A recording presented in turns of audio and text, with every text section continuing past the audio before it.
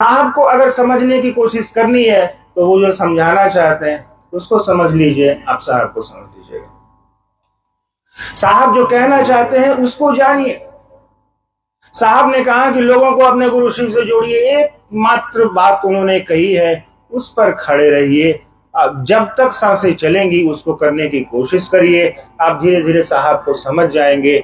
आप एक निश्चित मात्रा में तो हम और आप उनको समझते ही हैं कि साहब हैं क्या, वो कहना क्या चाहते हैं, लेकिन हम अगर साहब को पूरे तरीके से समझना है तो आपको भी साहब जैसा सोच रखना होगा, आपको भी साहब के जैसी विचारधारा उन्होंने दी है उस पर चलना होगा।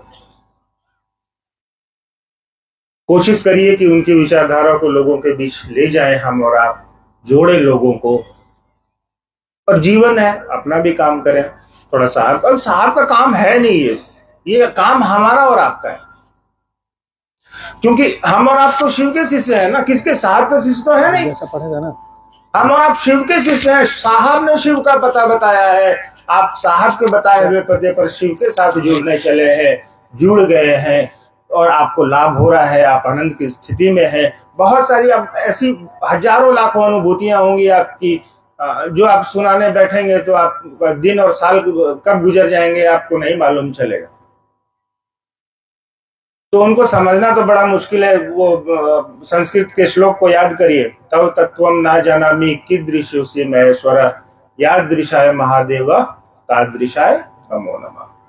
यानी हे शिव, आपको समझना, जानना, परखना तो जनमानस की सीमा से ऊपर की बात है, मेरे ताकत से ऊपर की बात है। हे सरकार, आप जैसे भी दिखते हैं, जो भी हो, आपको मेरा बारंबार प्रणाम। तो शिव को समझना, अरे अपने आपे को समझना इतना मुश्किल है तो साहब और महादेव को कहाँ समझ पाइएगा। लेकिन हाँ, चलिए, महादेव के चेला है हम और आप, तो थोड़ा बहुत तो समझ ही सकते हैं। लोग कहेंगे कि महादेव के बारे में भाषण देते हैं, महादेव के बारे में ज्ञान देते हैं, तो अब महादेव के बारे में भाषण अगर उसका चेला नहीं देगा तो कौन देगा? शिव को नहीं समझ सकते हम और आप, लेकिन शिव के बारे में लोगों को समझा जरूर सकते हैं। चलिए।